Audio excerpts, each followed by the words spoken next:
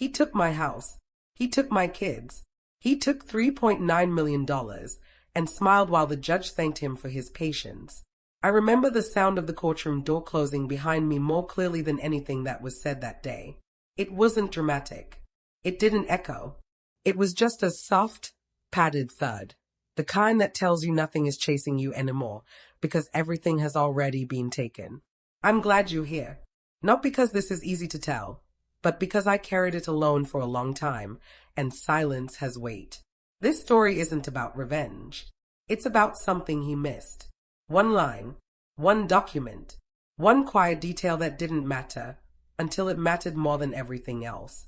At the time, I didn't know that. What I knew was that my husband of 14 years had just convinced a court that I was reckless, unstable, and financially irresponsible. That I didn't deserve the house I helped design. That I wasn't fit to be the primary parent to the children I had scheduled my life around for over a decade.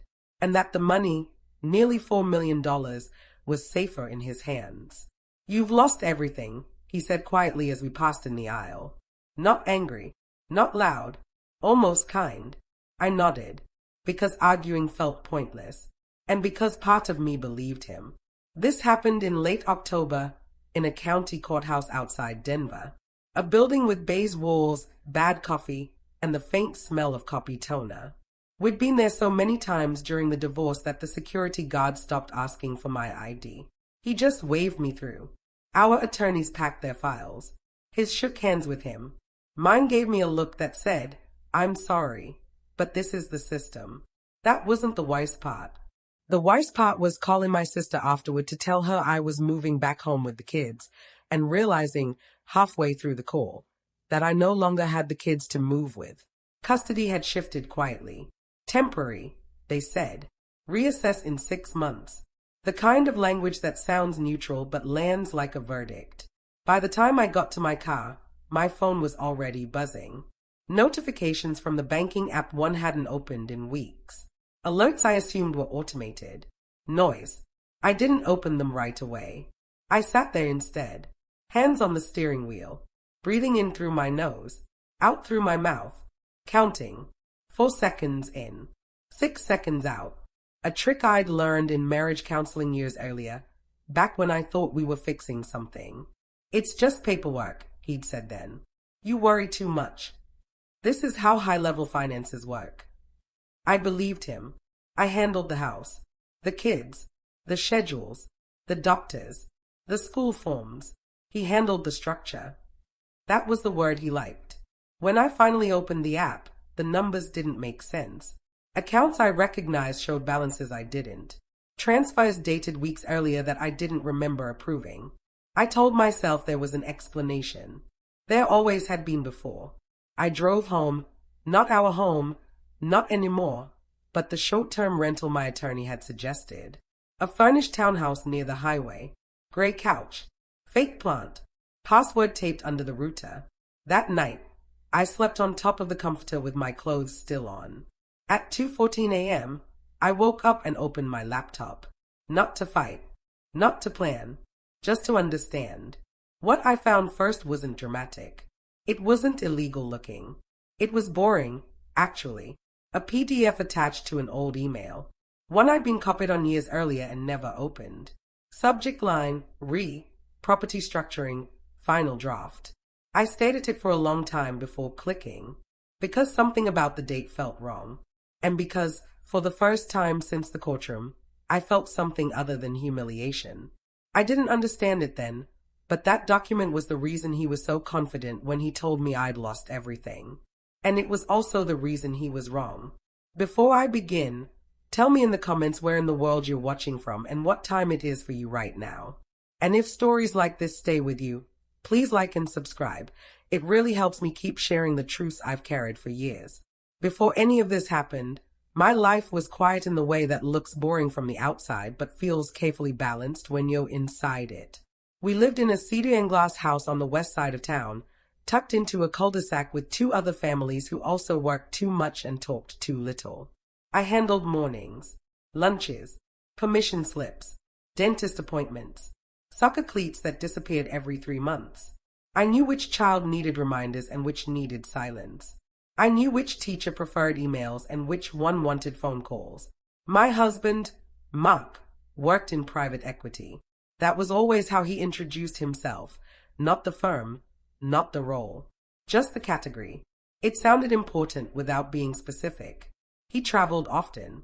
Chicago, New York, occasionally London.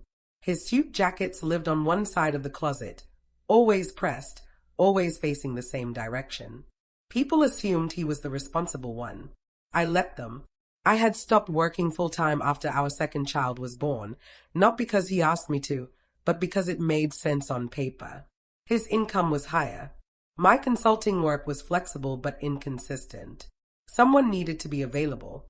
Someone needed to remember the small things. We're a team, he used to say. You're better at the details. I'll handle the big picture. For a long time, that felt true. I paid household bills from a joint account. I could see balances. I had logins. But I didn't question the structure. When money moved, he explained it. When accounts changed, he reassured me. That's tax efficiency. That's asset protection.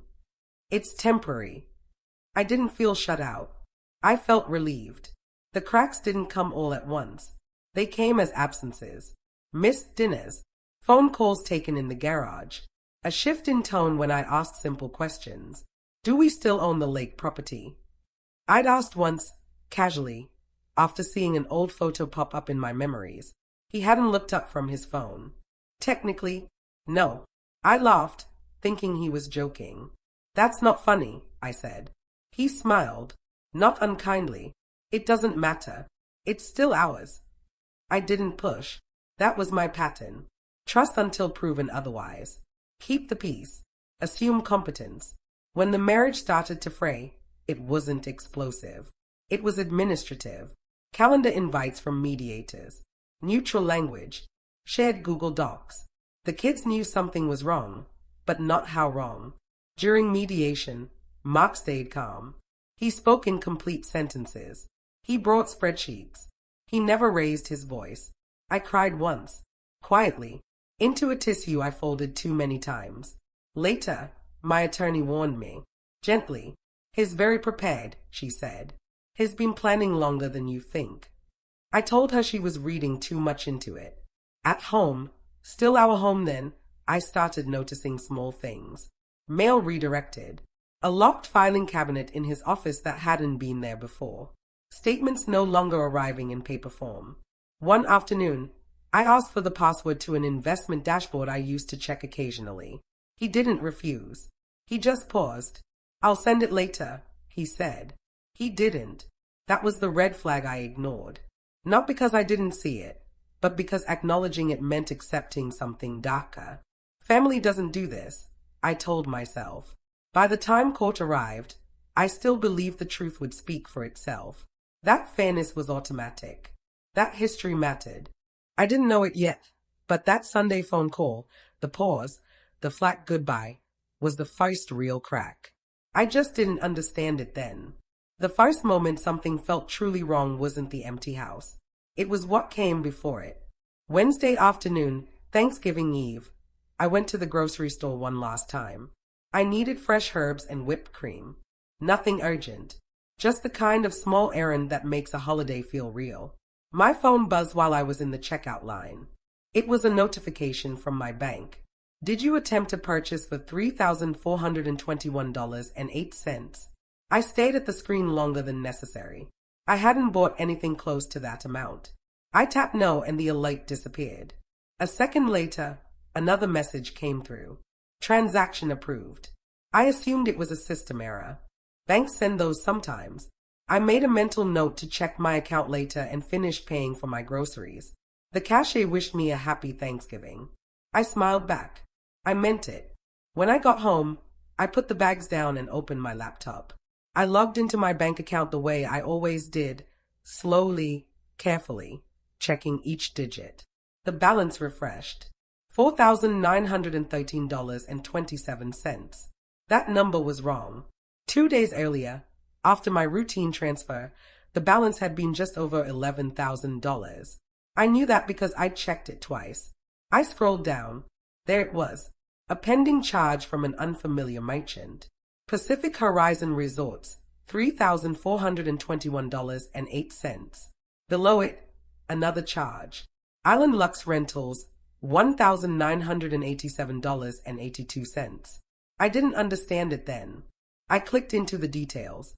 Both charges were tied to a credit card I rarely used.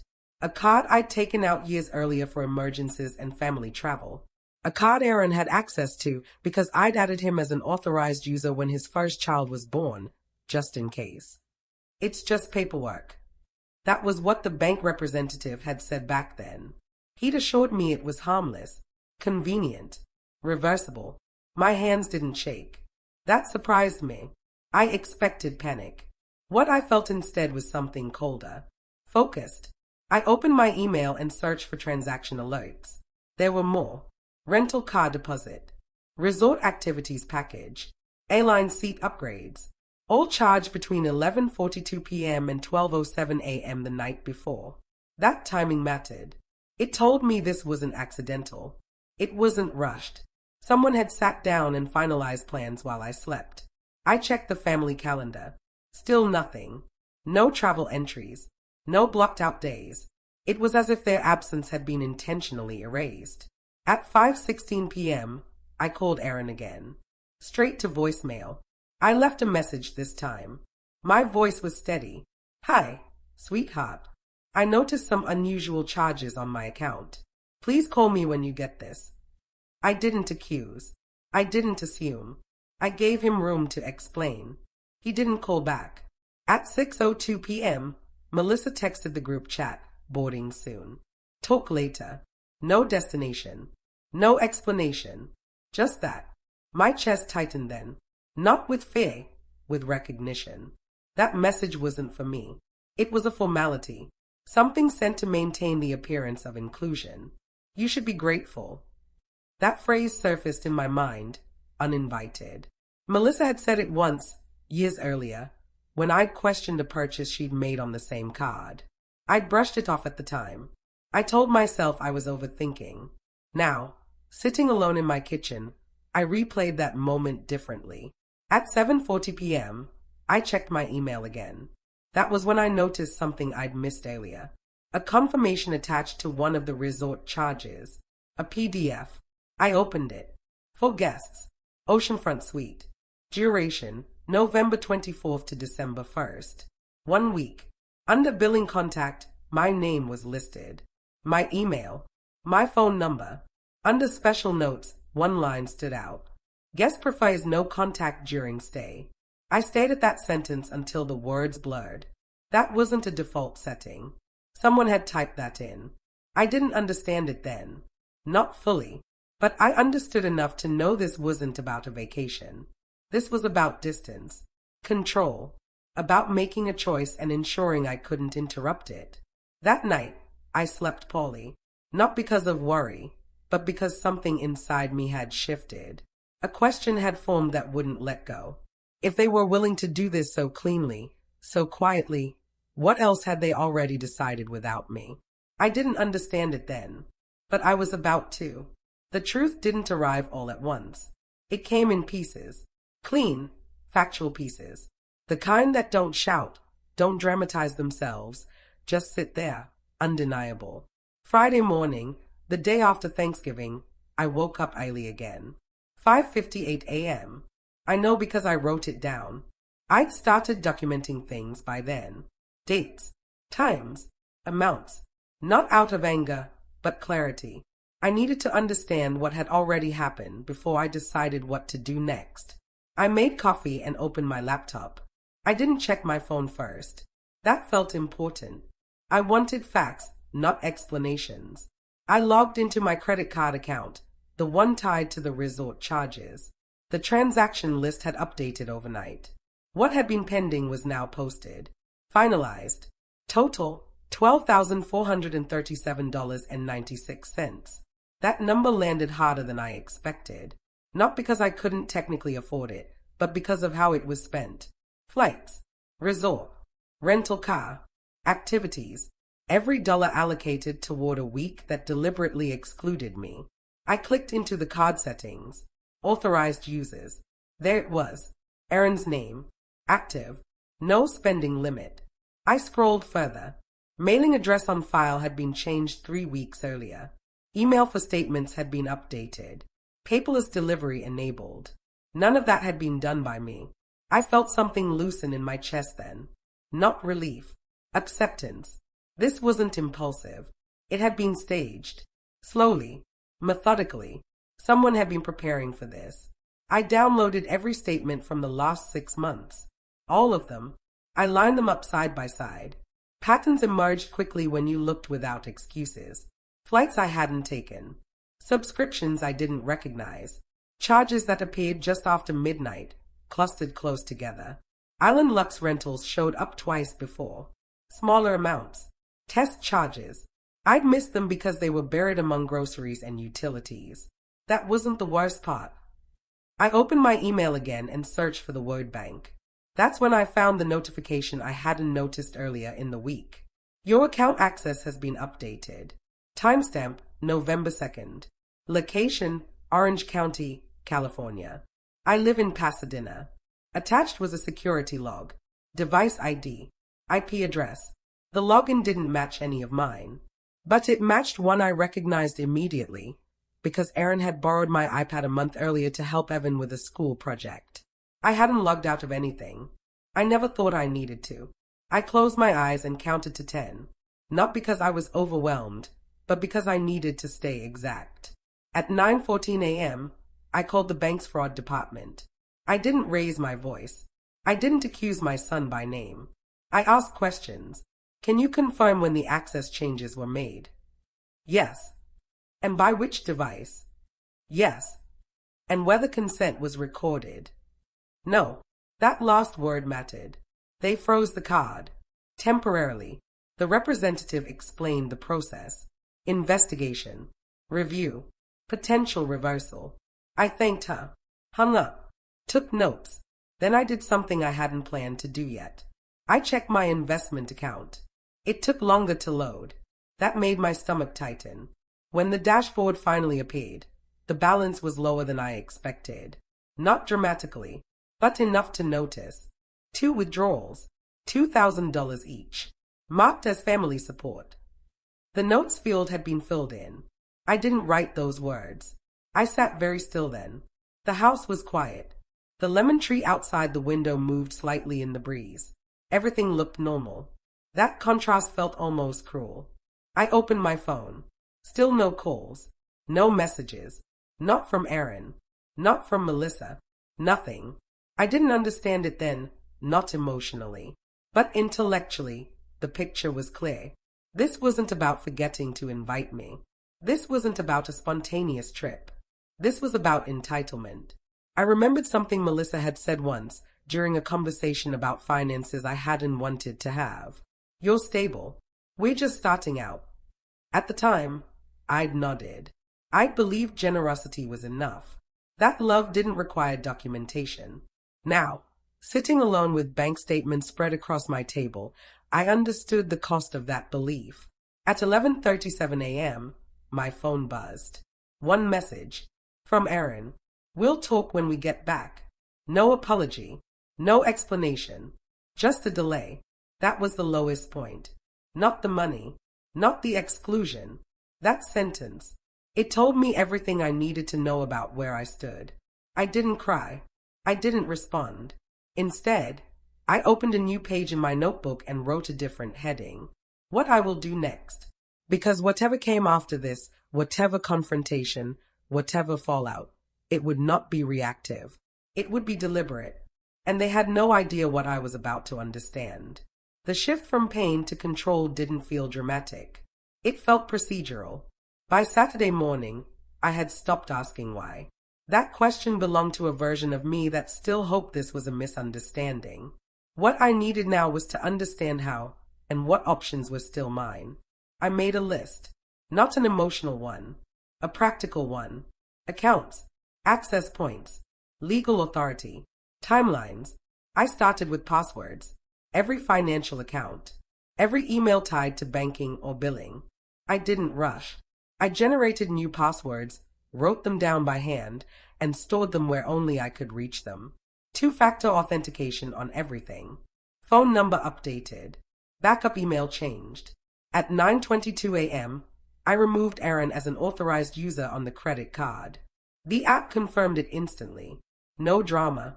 No warning sent to him. That felt important. Next, I called my financial advisor.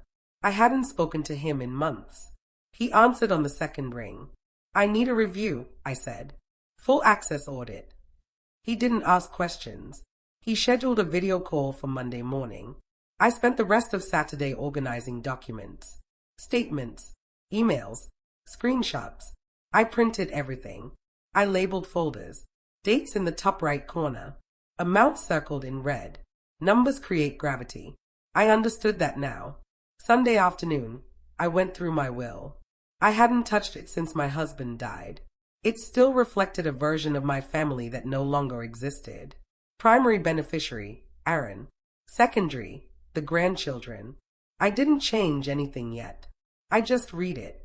Slowly, carefully. You should be grateful. That phrase came back again. This time, it didn't sting. It clarified. Gratitude had been expected of me. Silence, too. What no one had counted on was my willingness to step back and observe. By Monday morning, my emotions had cooled into something steadier. Not numbness, precision. The call with my advisor lasted 4 to 7 minutes. He confirmed what I already knew. Unauthorized access, improper withdrawals, potential recovery, but only if action was taken. What do you want to do? He asked. I didn't answer right away. I thought about Thanksgiving morning. The empty hooks on the coat rack. The turkey gone from the fridge. The deliberate neatness of it all. I want documentation, I said. And options. He sent me a secure folder by email. I uploaded everything. That afternoon, I consulted an attorney. Not a dramatic one. A calm, older woman who listened more than she spoke. I laid out the facts. I showed her the timeline. She nodded once. This isn't about revenge, she said. It's about boundaries. That word settled into me. We discussed steps, not confrontations. Safeguards. She explained what could be reversed. What couldn't. What needed to be frozen immediately. One action, she said, would be irreversible. I told her I understood. By Tuesday, I had made my decision. I didn't call Aaron. I didn't text Melissa. I didn't announce anything. Control doesn't require an audience. At 3:18 p.m., I authorized the bank to proceed with a formal fraud claim. I submitted the documentation. I signed digitally. At 4:02 p.m., I updated my estate plan. Not to punish, to reflect reality. I remember closing my laptop and sitting quietly for a long time. The house felt different then. Not empty, just mine again.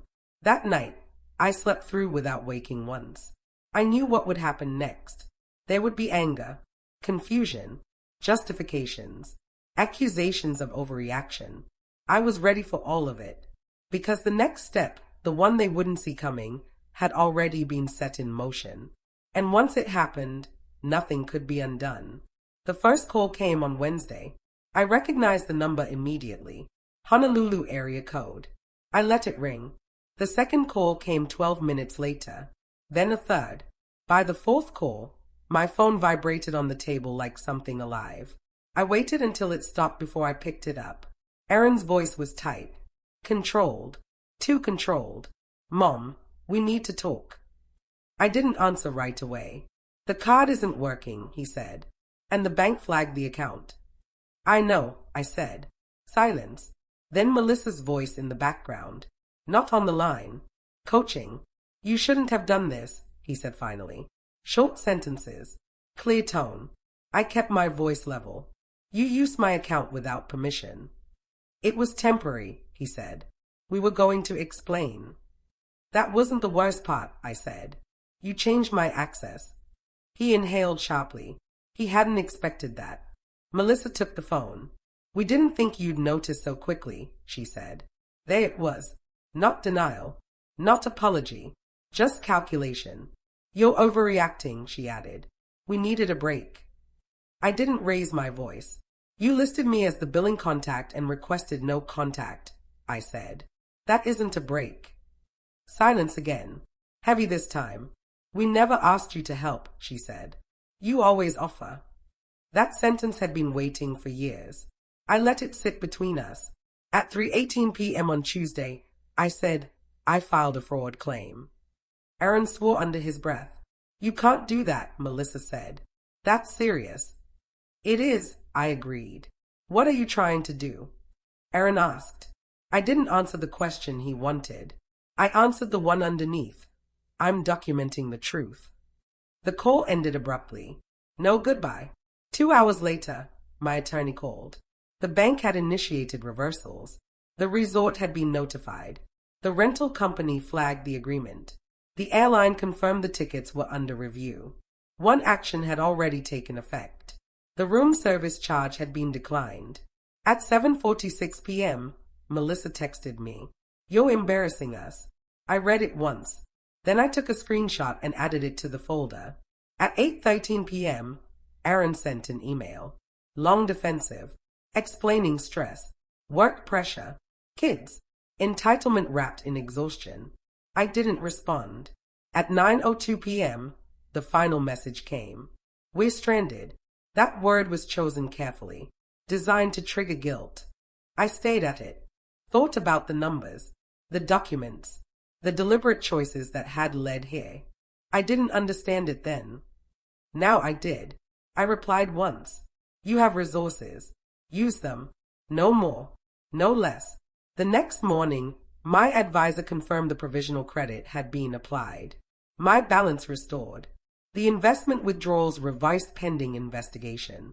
Irreversible action completed. Later that day, my attorney sent me a revised estate summary. Clean. Updated. Accurate. I printed it. Signed it. Placed it in the folder with everything else. There was no shouting. No dramatic confrontation. Just a quiet shift in power. They flew home 2 days later. Economy. Middle seats. I know because the airline confirmation forwarded itself to my email automatically. Old habits die hard. I didn't forward it. I didn't comment. I waited. Because the consequences weren't over yet. They were just beginning to understand them. They didn't come to see me when they got back. That was the first consequence. Not imposed by me, chosen by them. Aaron texted once they landed. We're home. Nothing else. No apology. No request to talk.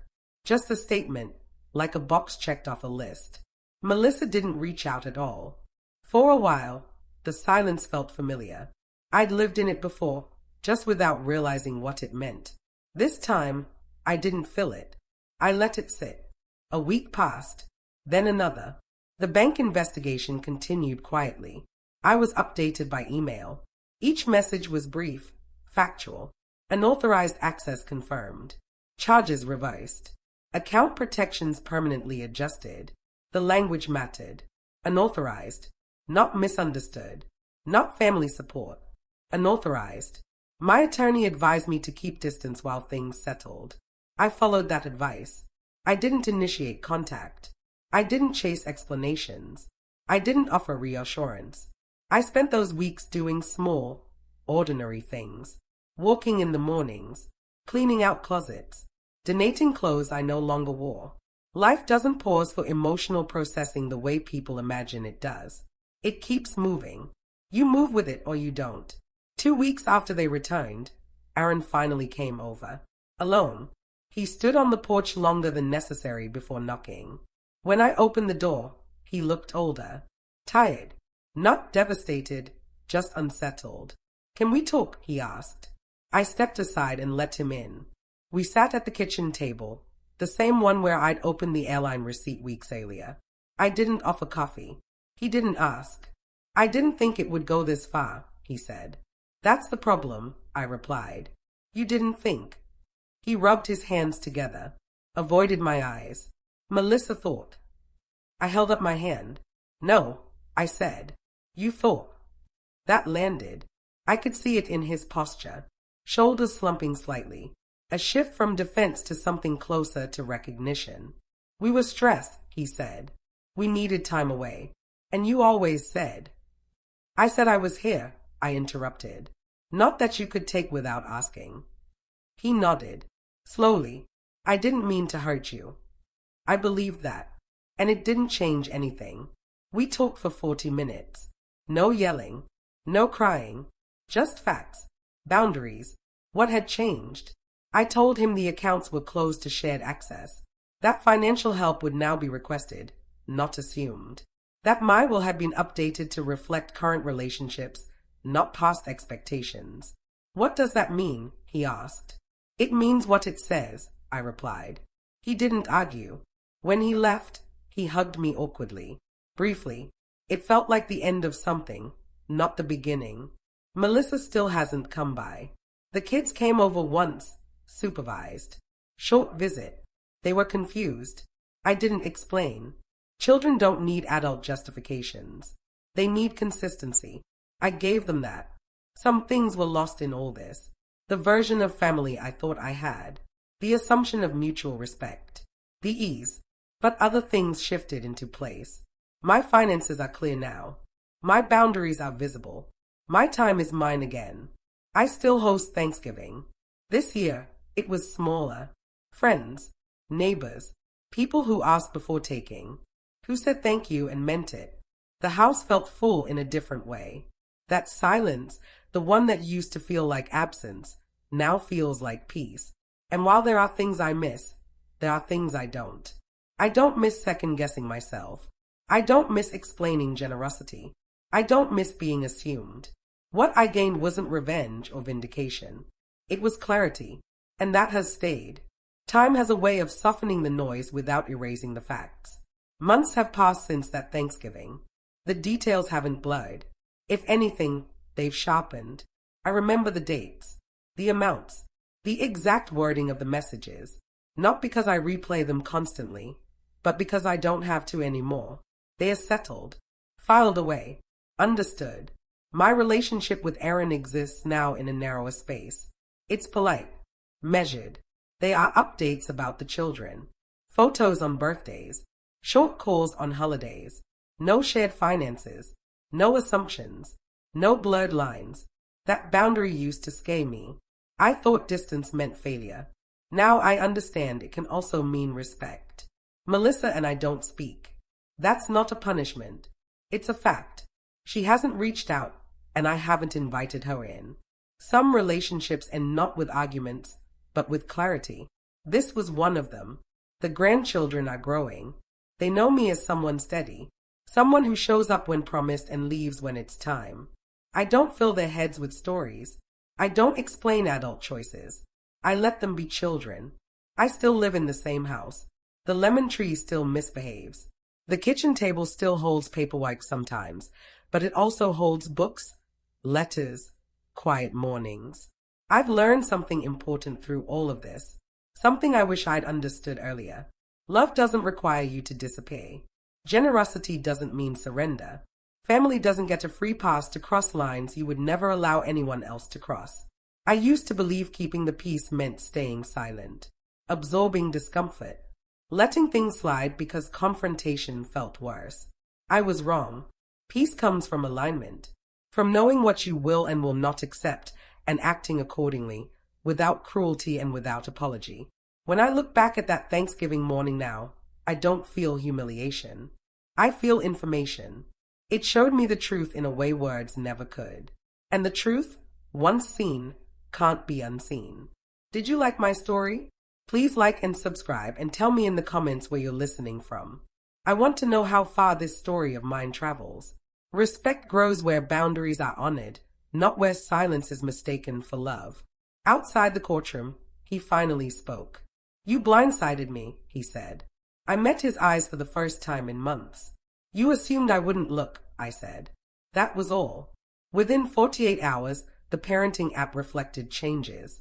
Within a week, funds were frozen. Within a month, negotiations resumed very differently than before. I didn't win everything back, but the narrative was gone. The version of me he'd sold, the unaware, incapable spouse, no longer existed in the record.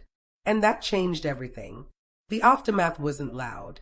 There were no apologies, No dramatic acknowledgments. No moment where Mark admitted what he'd done or why he'd done it. That kind of closure only happens in movies. What followed instead was paperwork. Revised statements. New schedules. Quiet recalculations that shifted the ground without announcing themselves. The house went on the market in early spring. Not because I wanted it back. I didn't, but because neither of us could pretend it still meant the same thing. I packed what I needed slowly. Not the furniture. Not the art. Just the things that belonged to me before the marriage had language around them. The kids adjusted in their own way. Children always do. They asked fewer questions than adults. They accepted new routines faster than I expected.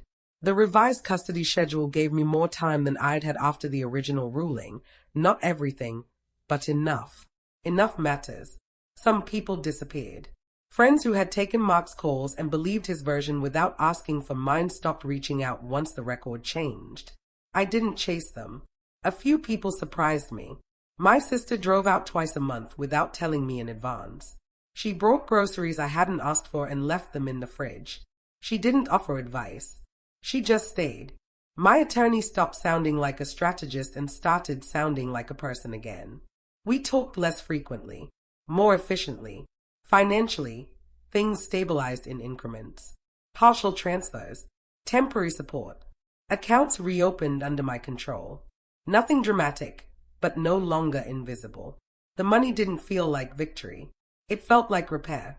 Mark and I spoke only when necessary. His messages were shorter now. Less confident. No longer instructional. Does this schedule work? Please confirm receipt. I noticed something else too. He stopped explaining. That was the real shift. The man who once believed I didn't need to understand suddenly had nothing left to clarify. One afternoon, months later, I found myself back at my parents' house, the place I'd moved to briefly after court, when everything felt uncertain. I was clearing out the guest room, deciding what to keep there and what to bring back with me. In the back of the closet was an old box of documents I'd left behind in a rush. Inside was a copy of our original marriage license, a handwritten budget from our first year together, notes in my own handwriting, plans, projections, reminders. I realized then how long I'd been minimizing myself, not because he asked me to, but because it was easier. The consequences of that choice had been expensive, but not permanent. I didn't forgive him. I didn't hate him either. I simply stopped expecting fairness from someone who had never planned to share it. The court didn't give me back my old life. It gave me something quieter. Autonomy. And autonomy changes how you breathe. By the time summer arrived, the legal noise had faded into background maintenance. The kids had new routines. I had a smaller place that belonged to me in a way the old one never had. Nothing was perfect, but nothing was hidden anymore. And that was enough.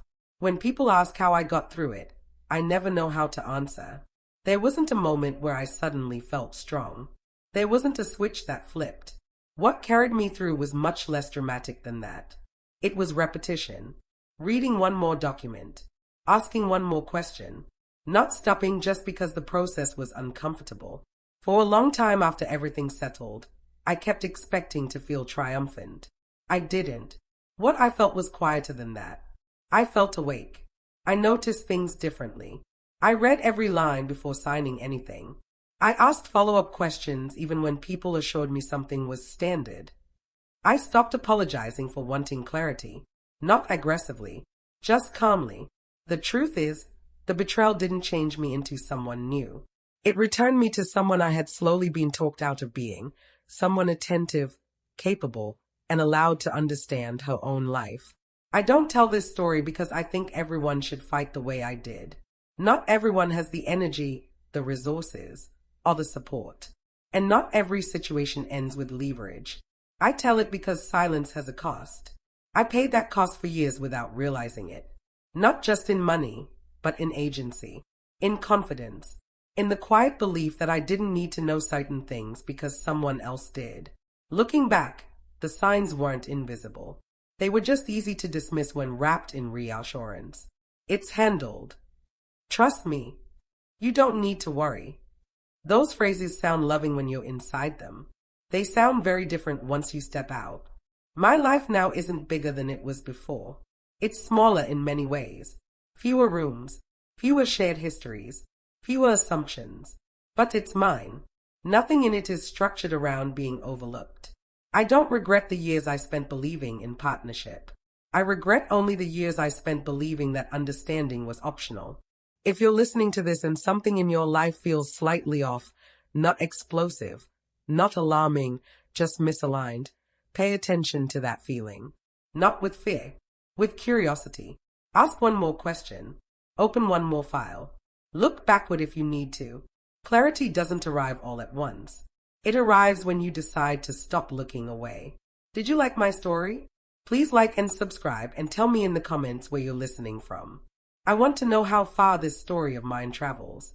Never assume trust replaces understanding.